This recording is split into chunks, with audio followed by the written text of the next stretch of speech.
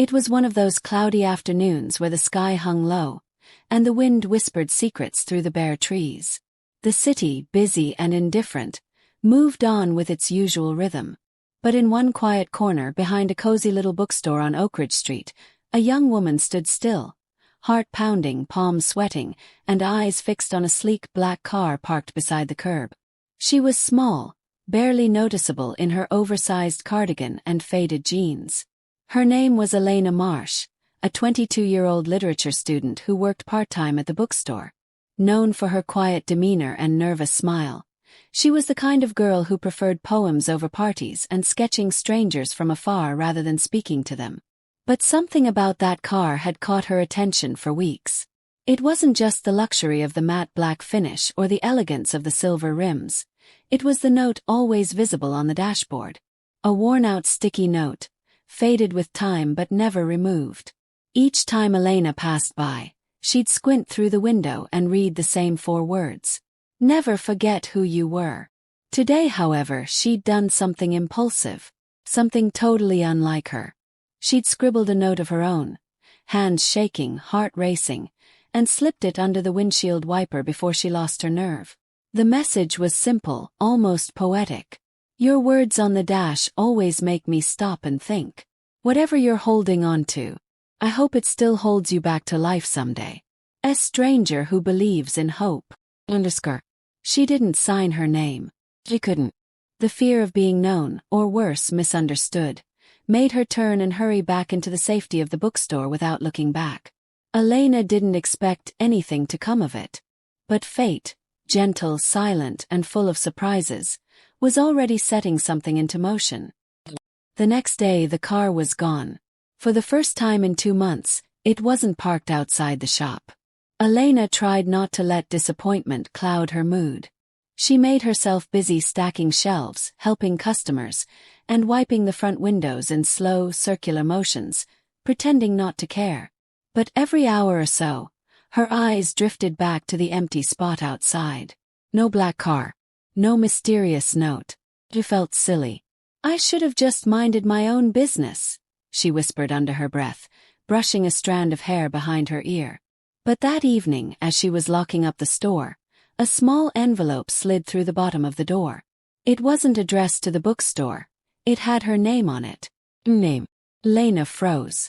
How did they know? She picked up the envelope, fingers trembling, and opened it. Inside was a single note. Typed, not handwritten. You reminded me of something I forgot. Not just who I was, but that someone out there still notices. Dinner tomorrow. 7 p.m. Across the street from the park bench. Jay. Elena's heart nearly stopped. Was this real? Who was Jay? How did they know it was her?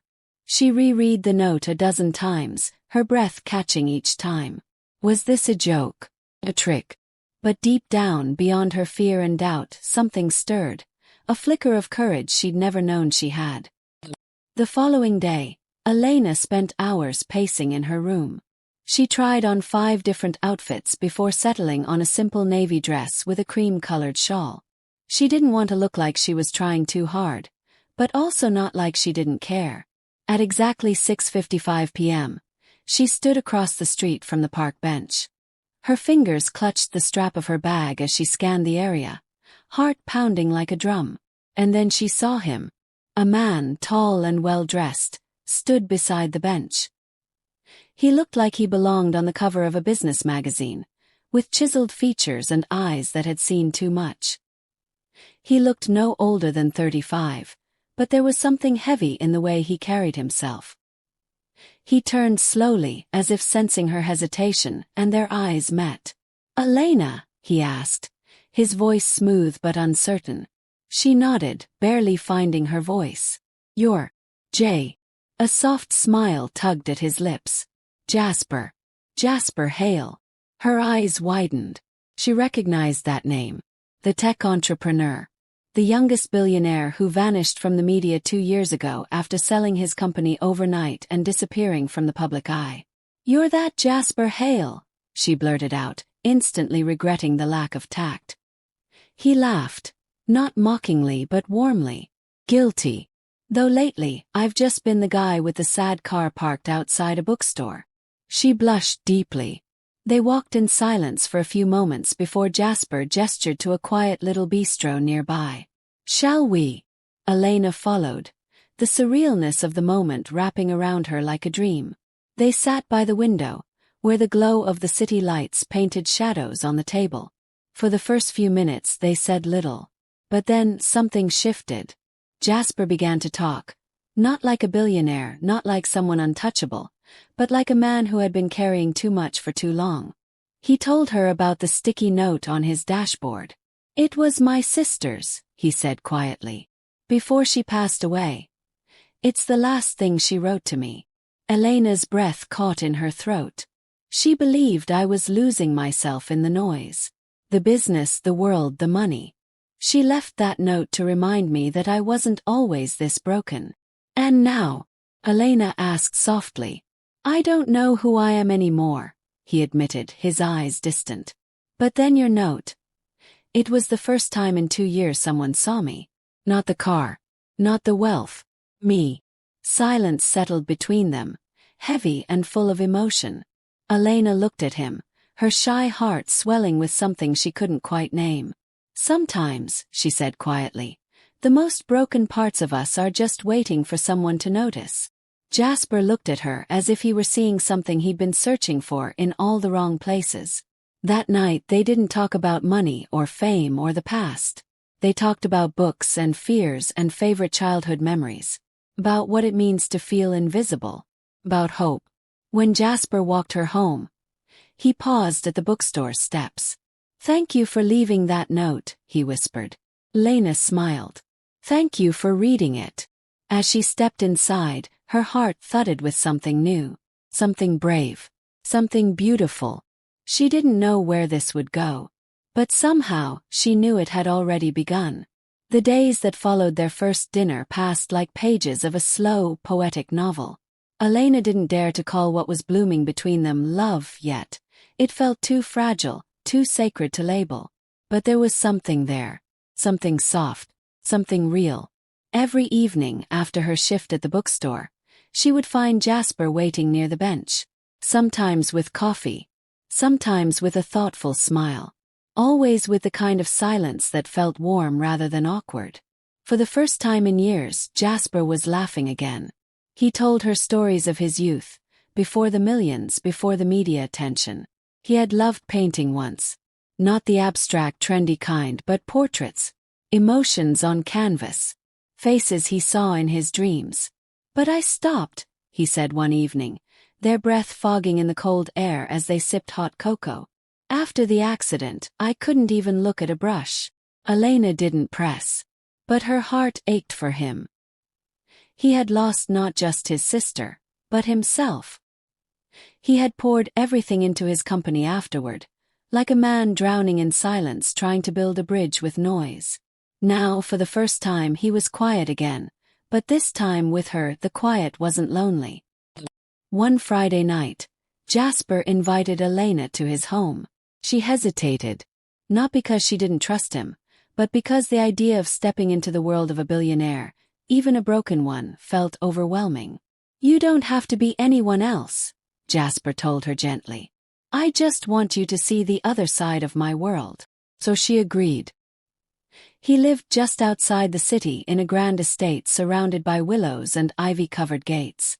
The house wasn't ostentatious. It was elegant and timeless, like a place where memories rested in every corner. When she walked inside, Elena noticed two things. First, the silence.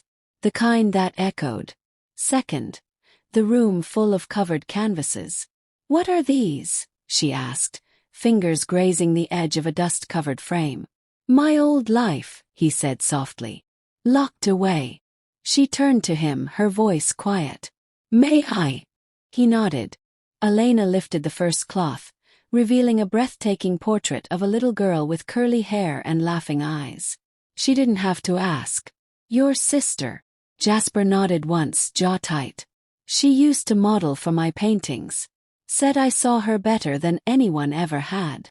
There was pain in his voice, and Elena didn't speak, just let the silence cradle him. Then he smiled, though it didn't quite reach his eyes. You want to see something strange? He led her to a smaller room tucked behind the library. Inside, easels stood abandoned. And in the corner, a single unfinished canvas. Elena stepped closer. It was a woman's face. Soft features, gentle eyes, delicate lines that hadn't yet been filled. It looked almost like her. She blinked. Is that? Jasper chuckled, rubbing the back of his neck. I started that the week before you left the note. I didn't know why I was painting her. Just a face I'd seen in my mind. Then I met you and... Elena turned to him, her throat tightening. Maybe you were painting hope, she whispered. And that was the moment Jasper knew. He didn't want to lose this. Over the next few weeks, they grew closer. They were different in so many ways. Elena with her quiet soul and shy gaze, Jasper with his haunted eyes and deep intellect, but somehow they understood each other in ways no one else had. One rainy evening, Jasper stood outside her bookstore, holding an umbrella and waiting. I want you to meet someone, he said. Elena blinked. Who? He smiled. The only other person who ever made me feel seen. They drove to a small cemetery just beyond the city. The rain had slowed to a drizzle, and the sky turned a melancholy shade of lavender. Jasper led her to a modest grave marked Amelia Hale, 1998 to 2021. She saw light in others, even when they couldn't. He knelt, brushing wet leaves away, and placed a white rose beside the stone. I bring her flowers every week, he said. And sometimes I talk to her. About you. Elena's chest tightened. I tell her you remind me of her. That you're kind, thoughtful. That you brought me back. She knelt beside him, their shoulders touching. I never met her, Elena whispered. But I think I'm a little jealous of the bond you had. Jasper looked at her, his voice raw. You shouldn't be. Because right now I think I'm starting to build something just as special with you. Tears slipped down Elena's cheeks. Quiet, fragile tears. And in the soft, aching silence, Jasper reached out and took her hand. Felt like a promise. But love, true love, is never without its shadows. And Elena's quiet world was about to be shattered by a storm she didn't see coming. For a time, Elena believed she was living in a dream. Not the kind stitched from fantasy, but the kind that felt real enough to hold in your hands. Mornings began with soft texts from Jasper. Evenings ended with deep conversations under stars. The quiet girl who once hid behind books and coffee cups had found her voice in the company of a broken man. But not every dream is meant to last forever. One cold morning, as snowflakes began to whisper against her bookstore window, Elena found herself facing something she had never imagined. A woman with red lips, high heels, and eyes that carried entitlement. Is Jasper Hale here? The woman asked, stepping inside as if she owned the place. Elena blinked, caught off guard. I know he's not here. Can I help you? The woman gave a dry laugh. Oh, sweetheart. I'm sure you think you are. Her name was Vanessa Langford. She introduced herself with a tone so sharp it cut through the warmth of the shop. I'm Jasper's ex-fiancé, she said, scanning the store like it offended her. He left me. For you, I assume. Elena's mouth fell open. What? No, I didn't even know. Of course you didn't. Vanessa smirked. That's the kind of man he is. He disappears when things get hard. Just like he disappeared when Amelia died. Elena felt like the floor shifted beneath her. You didn't know that, did you? Vanessa pressed, eyes glittering. He was driving the car that night. She was begging him to slow down and he didn't. Lost control. She died. He lived. Elena's heart dropped. No, he never told me that, she whispered. Vanessa tilted her head. Of course he didn't. Men like him, they play the victim well. Then she turned and walked out, heels clicking like punctuation marks in a cruel sentence. That night, Elena didn't go to the park. She sat at home trying to process it all. Jasper had told her about Amelia's death. He told her about the pain, the silence, the regret, but he had never said he was the one driving. Why would he hide that? Her mind spun. Was everything they'd shared a carefully painted illusion? Just another canvas where truth was buried beneath beautiful strokes. She didn't want to believe it, but she needed answers. When Jasper showed up at the bookstore the next evening, smiling with a book in hand for her, Elena looked at him like she didn't know who he was. "Who was driving the car the night Amelia died?" she asked. The smile dropped from his face. "Elena, just answer me." He stood frozen for a long moment, and then nodded slowly. "I was." Her chest tightened. "Why didn't you tell me that?" "Because I was ashamed," he said, voice barely above a whisper. "Because I didn't want you to look at me the way I look at myself." Elena's eyes shimmered. "So you let me believe you were just a grieving brother, not the one who was behind the wheel." "I never lied to you," Jasper said. "But I couldn't bring myself to say it out loud. The guilt eats me every day. I built my whole empire trying to escape it." "Was Vanessa right about everything?" she asked. "Did you leave her when it got hard?" "No," Jasper said quickly. "She left me. Said I was broken. Said I wasn't the man she wanted anymore." Elena stared at him, her heart in pieces. "I need time," she said, stepping back. "Please, Elena.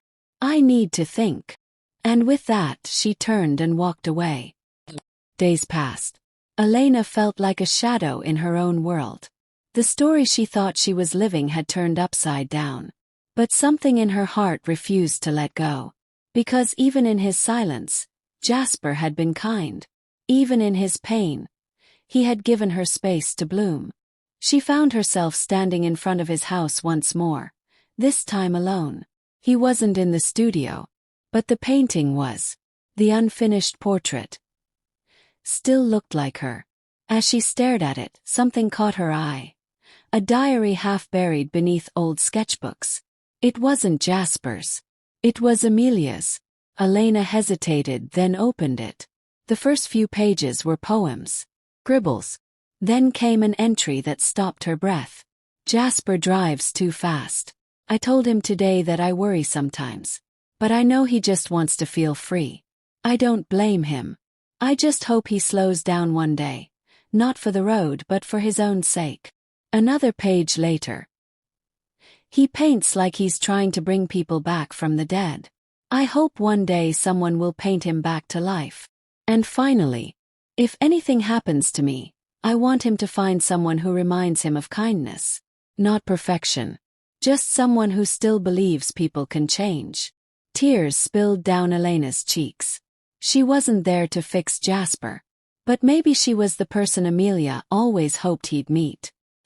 That evening, as snow blanketed the streets in a hush, Elena found herself back at the park bench. And this time Jasper was already there. His coat dusted with snow, eyes hollow with hope and fear. "I wasn't sure you'd come," he said. Elena sat beside him. "Neither was I." They sat in silence for a long time. Then she took his hand. "I read her journal," she said. His head snapped toward her, surprised. "She loved you," Elena whispered. "Even when she was scared. Even when she knew you weren't perfect. I didn't deserve her love. Maybe none of us deserve the good we get," she said softly. "But I think she would have liked knowing you found someone." Jasper looked at her with eyes that no longer hid. "Elena, I'm not fixed. I may never be." She smiled gently, leaning into him. "I'm not here to fix you. I'm here to walk beside you." And in that snow-covered moment, two broken hearts beat quietly beside each other. Neither perfect, but perfectly human. Weeks passed, and winter melted slowly into spring. The city breathed again, trees shedding frost for blossoms, and the air humming with the soft scent of renewal. Elena and Jasper continued to meet, sometimes at the park bench, sometimes in his studio, often at the quiet bookstore she called home. Their conversations, once cautious and hesitant, began to feel natural. But healing is rarely a straight path. One afternoon, Elena noticed Jasper hadn't replied to her messages for a whole day. That wasn't like him. She tried not to panic, but when she called and his phone went straight to voicemail, unease settled in her chest like a heavy stone.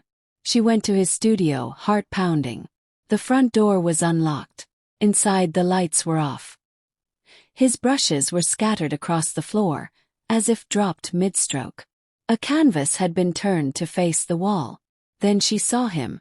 Jasper was sitting in the corner, back against the wall, hands in his hair, eyes distant and hollow. He looked like a man pulled back into an old darkness. "Elena," he said weakly, as if unsure she was real. She rushed to his side. "Jasper, what happened?" He didn't answer at first. Then he handed her a letter, creased and worn. The name on the envelope made her freeze. From Amelia. It wasn't recent, but it had clearly been tucked away, unopened, for a long time. He must have found it recently, buried in the studio, hidden behind paint and time. With trembling hands, he gestured for her to read it aloud. She opened it. The handwriting was delicate, looping, familiar from the journal pages she'd read. "Jasper, if you're reading this, something might have happened. Maybe I'm gone. Maybe you're lost. I know you. I know how easily you disappear into silence. But I also know your heart. Please don't carry guilt like armor. You were always more than one moment. You were always more than one mistake. Please don't stop living. Please don't stop loving." Elena's throat tightened. "I thought I'd thrown it away years ago," Jasper murmured. "But it was in the back of a drawer. Like she left it for the day I needed it most. You didn't open it until now?" "I wasn't ready. Maybe I still wasn't. But when I touched it, I broke down. I remembered her laughter. The way she used to hum to herself when she cooked. I remembered everything I tried to paint over." Elena took his hand gently. "It doesn't make you weak, Jasper. It makes you human." He turned to her, and for the first time there were no walls in his eyes. "Elena, I'm falling for you. And it terrifies me." Her breath caught. "I'm scared that if I open my heart again, it'll shatter into pieces I won't be able to find." She squeezed his hand. "Then let me help you hold it together. One piece at a time." The days that followed were soft, tentative steps toward something deeper. Jasper smiled more. He painted again, not from pain but from wonder. One afternoon, he handed Elena a small canvas wrapped in brown paper. She opened it slowly. It was a painting of her sitting on the park bench, quiet, thoughtful, the very moment he first saw her. "You saw me even before we met," she whispered. "I used to come there to think. I saw you almost every week. The girl who left little poems on napkins. The one who watched clouds like they held secrets." Her eyes shimmered. "Why didn't you say anything?" "I was too broken. Too scared you'd see the wreckage inside me. But when you left that note on my car, something shifted." "What did my note even say?" she asked, smiling. He laughed softly. "It was a sticky note. You wrote, 'Your parking is terrible, but your paint job is beautiful. Don't stop creating.'" Elena burst into laughter, covering her face. "I didn't know it was your car. You were the first person to tell me not to stop creating. Everyone else wanted me to stop hurting." But just as they started to build something new, a storm brewed in the shadows. Jasper was invited to an art gala downtown, a prestigious event where wealthy patrons mingled with rising artists. He asked Elena to come as his guest. She was hesitant. "I've never been to anything like that." "You belong by my side," he said, taking her hand. "They'll love you." But the night didn't unfold as sweetly as he hoped. The moment Elena stepped into the grand hall in her borrowed dress and thrifted shoes, she felt eyes on her, judging, scanning, whispering. She wasn't from their world. She knew it. And so did they. Vanessa was there too, stunning in a designer gown, hanging off the arm of a new socialite.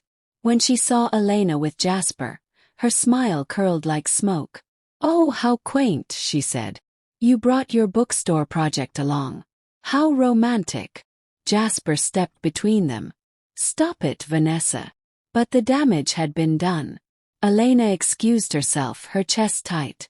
She stood alone by the grand windows, staring at the city below, feeling like an imposter in a painting she didn't belong in. Jasper found her minutes later. I'm sorry, he whispered. You shouldn't have had to face that. She's right though, Elena said, her voice trembling. I don't belong in this world. I'm just a shy girl who writes poetry and sells second-hand books. Jasper cupped her face. And that's exactly what makes you extraordinary. You remind me of what matters. You are my world, Elena. But what if you wake up one day and realize you want something else? She whispered. Then I'll remind myself, he said, eyes locked on hers, that I found someone who loved me when I was still lost. Later that night, as they stood beneath city lights, Jasper pulled something from his coat pocket. Ring box. Not an engagement ring, something simpler. A silver band with a tiny engraving inside. She read it, lips trembling. Please don't stop living. I had this made from one of Amelia's old bracelets, he said. I'm not proposing marriage. I'm proposing hope. Elena closed her eyes, heart aching and full. I'll wear it, she whispered. Every day. He kissed her forehead gently. Then we'll keep walking, one day at a time.